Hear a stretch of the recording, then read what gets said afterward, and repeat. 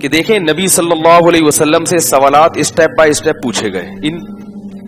پہلا سوال کیا پوچھا گیا کہ ایمان جو بالکل بنیاد ہے, عقیدہ درست ہو جائے. پھر اعمال کے بارے میں, پھر اعمال کو اپنی, ایک نماز ہوتی ہے ایسے ہی پڑھنا, ایک ہوتا ہے کہ ایسے جیسے اللہ دیکھ رہا ہے, ہر چیز میں ایسے, نماز بھی ایسے, زکوٰۃ بھی ایسے, ہر عبادت. یعنی جب آپ کا یہ تصور ہوگا کہ اللہ دیکھ رہا ہے تو پھر نماز آپ کی بہت ہی عالی شان ہوگی. یعنی ہر اچھے عمل, نماز تو ایک مثال ہے, ہر اچھے عمل کو درجہ احسان تک پہنچانا, بہت اچھے طریقے سے اس کو سر انجام دینا. چوتھا سوال کیا کیا ہے, متی الساعہ. آپ صلی اللہ علیہ وسلم سے جبریل نے پوچھا قیامت کب آئے گی, تو آپ صلی اللہ علیہ وسلم نے فرمایا مل مسئول عنہا باعلم من السائل.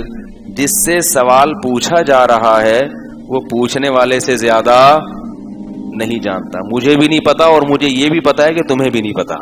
صحیح ہے, مجھے بھی نہیں پتا کہ کب آئے گی اور مجھے یہ بھی پتا ہے کہ تمہیں بھی نہیں پتا کہ کب آئے گی. یعنی اس سوال میں تم صدقتا بھی نہیں کہہ سکتے کہ سچ کہا, تمہیں بھی نہیں پتا. ہم دونوں اس معاملے میں ایک جیسے.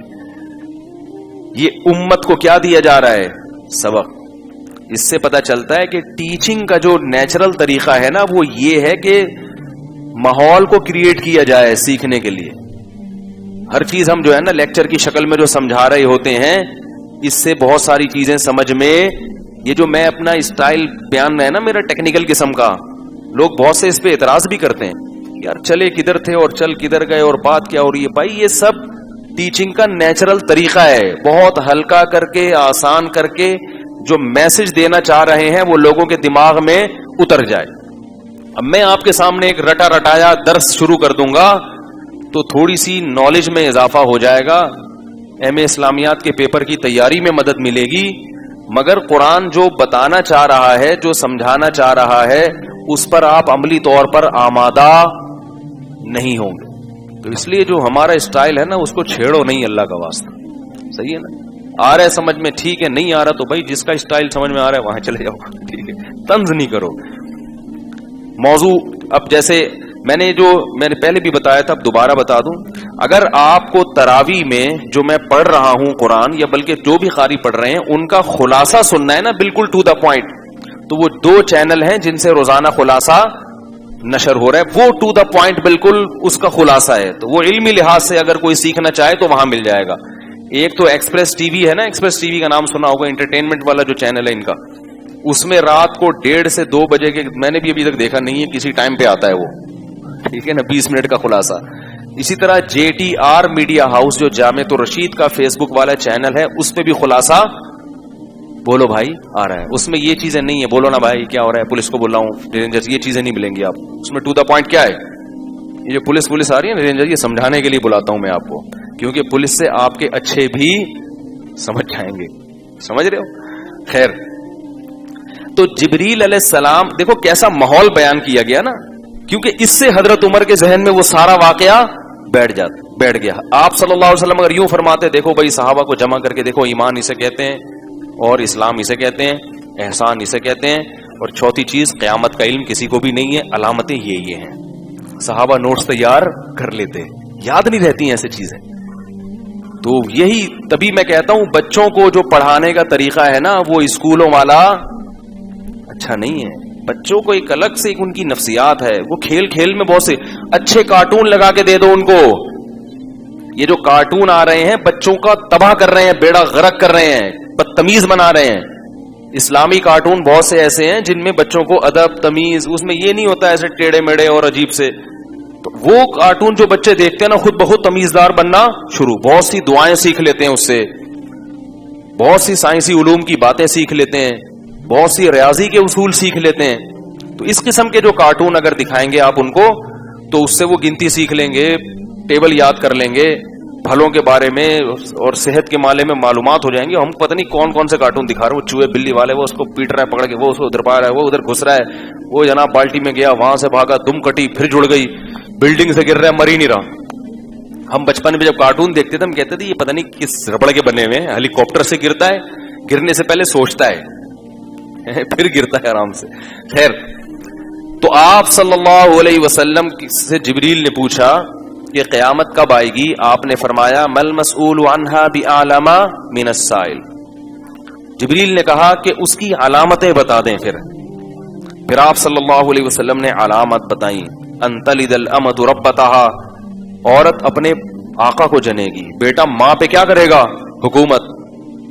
جیسے آج بیٹا باپ بنا ہوا ہے نا گھر میں، بھائی سب بیٹے کیا بنے ہوئے ہیں آج کل؟ گھر میں باپ بنے ہوئے ہوتے ہیں. ابا ان سے ڈر رہے ہوتے ہیں، ابا ان سے تمیز سے بات کرتے ہیں، اور بیٹا، ابا کو ڈر ہوتا ہے کہ میرا بیٹا کہیں اونچی آواز میں بات نہ کر لے، مجھ سے غصہ نہ آ جائے. ماں کو ڈر ہوتا ہے اپنی بیٹی کے بارے میں. تو یہ سب کہانی کیا چل رہی ہے؟ الٹی سے جاہلوں کا احترام ہو رہا ہے اور علماء کی توہین ہو رہی ہے. جاہل آدمی علماء کو سمجھا رہا ہوتا ہے، مسئلے سکھا رہا ہوتا ہے، ٹھیک ہے، قرآن حدیث کی روشنی میں. تو یہ سب کیا مطلب؟ ہر چیز کیا ہونا شروع ہو جائے گی. جو جس چیز کا اہل نہیں ہے اس کو لوگ آگے لے آئیں گے، اور جو اہل ہے وہ پیچھے چلا جائے. تو اس طرح کی اور علامتیں بتائیں. تو اب علماء نے اس میں ایک ربط بیان کیا ہے. ہمارے استاذ خاص طور پہ بیان کیا کرتے تھے کہ دیکھو اسٹیپ بائی اسٹیپ، پہلا ایمان جو بنیاد ہے، اس کے بعد اعمال کی بحث، پھر اعمال کو انتہا تک پہنچانا، اور اس کے بعد ایک دم قیامت. اس کے بعد ایک دم کیا ہے؟ قیامت. کیوں؟ یہ بتانے کے لیے کہ اس کائنات کی پیدائش کا جو مقصد تھا نا، وہ یہ تھا کہ انسان اللہ کی اطاعت عبادت میں درجہ احسان تک پہنچ جائے. جب انسان درجہ احسان تک پہنچ جائے گا تو اس کائنات کی تخلیق کا مقصد حاصل ہو جائے گا. پھر اللہ اس کائنات کو تنزل کی طرف لے جائیں گے. انسان درجہ احسان تک کوالٹی کے لحاظ سے پہنچ گیا ہے، کوانٹٹی کے لحاظ سے نہیں پہنچا. بڑی خاندانی بات. جب رسول اللہ، اپنی بات کو خود ہی خاندانی کہہ رہا ہوں میں، آپ بولیں گے یار. جب رسول اللہ صلی اللہ علیہ وسلم دنیا میں آئے تو جو لوگ جن لوگوں نے آپ کی صحبت اٹھائی، صحابہ اور پھر تابعین اور تبع تابعین، جو قرون اولیٰ کے لوگ تھے، وہ کوالٹی کے لحاظ سے درجہ احسان تک پہنچ چکے تھے. ان کی عبادتیں دیکھو، ان میں رفع الیدین والے بھی تھے، بغیر رفع الیدین والے بھی تھے، مگر نماز میں روتے سب تھے. لمبی لمبی رکعتیں. یہ جو تراویح شروع ہوتی تھی نا، ان کی بعض روایات میں آتا ہے عشاء کے بعد سے شروع ہوتی تھی اور پھر سحری تک چلتی تھی، اور لاٹھیوں کے سہارے گھر جا رہے ہوتے تھے، چلا نہیں جاتا تھا.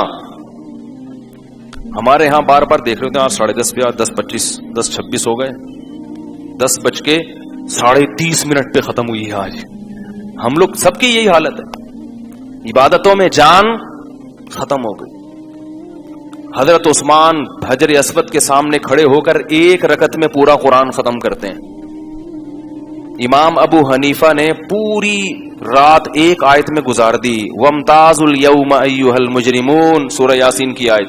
قیامت میں اعلان ہوگا کہ اے مجرموں، آج فرما برداروں سے الگ ہو جاؤ. روتے رہے، اسی کو پڑھتے رہے کہ کہیں میرا شمار مجرموں میں ہوا تو میرا حشر کیا ہوگا. خوف سے روتے رہے. تو یہ ان لوگوں کا، یہ لوگ کہاں پہنچے ہوئے تھے؟ لوگ کہتے تھے پوری پوری رات عبادت کر کے تھکتے نہیں تھے. بعض لوگوں نے ان روایتوں کا انکار کر دیا کہ یہ تو ممکن ہی نہیں ہے. اس کی دلیل ہے واٹس ایپ اور فیس بک. پوری رات فیس بک کے عاشق پوری رات فیس بک اور نیٹ پر بیٹھ کے تھکتے ہیں، بولتے ہیں مزہ آتا ہے. تو جس کو عبادت میں مزہ آنا شروع ہو جائے اس کو تھکاوٹ نہیں ہوتی. پوری رات آپ فیس بک پہ بیٹھ جاتے ہو اور صبح پھر بھی بڑے مزے سے آفس جا رہے ہوتے ہو، ٹھیک ہے. محبت عشق ہو جائے وہ پوری رات عبادت کر سکتا ہے. تو اسلاف کا یہ تو، لیکن کوانٹٹی کے لحاظ سے نہیں، تھوڑے لوگ تھے. دنیا میں کفر اور شرک زیادہ تھا.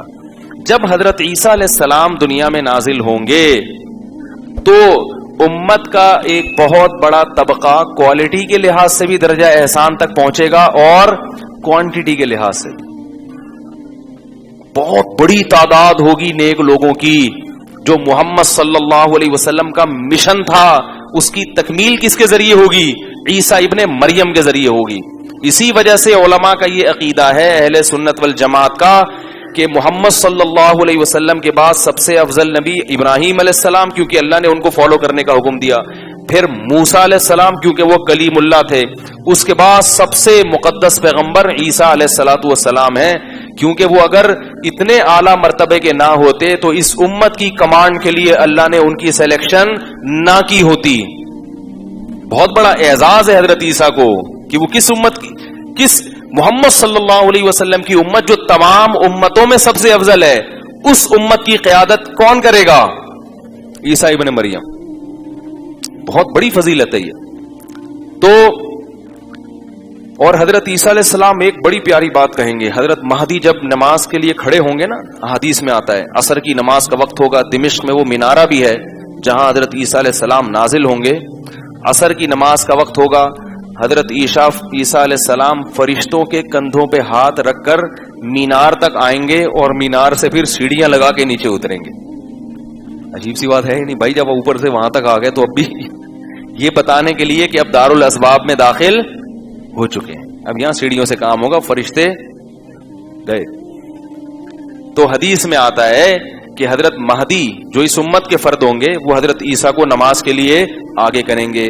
تو وہ کہیں گے کہ نماز کون پڑھائے گا؟ آپ. میرا کام صرف کیا ہے؟ جہاد کرنا. یہ بتا دیا کہ امت جو ہے نا وہ شرعی مسائل میں علماء ہی کو فالو کرے گی, وہ مسائل تبدیل نہیں ہوں گے. روحانی قیادت اس امت ہی کے پاس رہے گی, کیونکہ حضرت عیسیٰ علیہ السلام اسی شریعت کو فالو کریں گے جو کس کی تھی؟ محمد صلی اللہ علیہ وسلم کی. اور یہ حدیث میں تو نہیں ہے. عیسائی یہ بھی کہتے ہیں کہ حضرت عیسیٰ نے شادی نہیں کی تھی لہذا ہمیں بھی شادی نہیں کرنی چاہیے. تو عیسائیوں سے میں کہتا ہوں کہ حضرت عیسیٰ جب نازل ہوں گے تو کتنی شادیاں کریں گے؟ بولو بھائی, 4 شادی کریں. ذوق یہی کہتا ہے کیونکہ پیغمبروں کی سنت ہے کثرت ازواج. تو وہ جب نازل ہوں گے نا تو پھر کریں گے شادی. اس لیے آپ انتظار کریں اور پھر آپ ویسے کے ویسے ہی رہنا جیسے اب آپ نہیں ہلنا اپنی جگہ سے. وہ بھی کر لیں گے نا پھر بھی وہ جو آپ ویسے کے ویسے ہی رہو گے. تو ان کے آنے سے پہلے کچھ تیاری کر لو, ایک فوج پیدا کر دو جو ان کے ساتھ جا کے لڑے. خیر, تو عیسیٰ علیہ السلام, ہاں پھر حدیث میں آتا ہے کہ عیسیٰ ابن مریم علیہ السلام اس دنیا میں شر کا کیا کر دیں گے؟ خاتمہ. یاجوج ماجوج سے بھی عیسیٰ علیہ السلام کی لڑائی ہوگی. یاجوج ماجوج پتہ نہیں کون ہے, مجھے تو یہ چائنیز لگتے ہیں کبھی کبھی. ٹھیک ہے نا, جو چائنیز ہے نا مجھے یہ لگتا ہے کیونکہ قرآن میں آتا ہے بہت کثرت سے دنیا میں پھیل جائیں گے. وَتَرَكْنَا بَعْضَهُمْ يَوْمَئِذٍ يَمُوجُ فِي بَعْضٍ, فرمایا گھس رہے ہوں گے ایک دوسرے میں اور دنیا کا امن کیا کر دیں گے؟ خراب, تباہ و برباد. واللہ عالم, ہمیں نہیں پتا یاجوج ماجوج کون ہے, کہاں ہیں, بس ہیں کہیں زمین میں. ہو سکتا ہے یہ ہوں لیکن یہ بھی ہو سکتا ہے کہ یہ نہ ہو, کیونکہ حضرت ذوالقرنین نے ان کو بند کر دیا ہے نا, تو وہ نکل کے پھیل جائیں گے. تو حدیث میں آتا ہے کہ اس کے بعد جب دنیا میں امن پھیل جائے گا, کفر اور شرک کا خاتمہ, زنا, چوری, برائی ختم, تو پھر آسمان اپنی برکتوں کے دروازے کھول دے گا. کیونکہ اللہ نے وعدہ کیا ہے تم تقوی والی زندگی اختیار کرو گے تو رزق میں کیا دوں گا؟ برکت.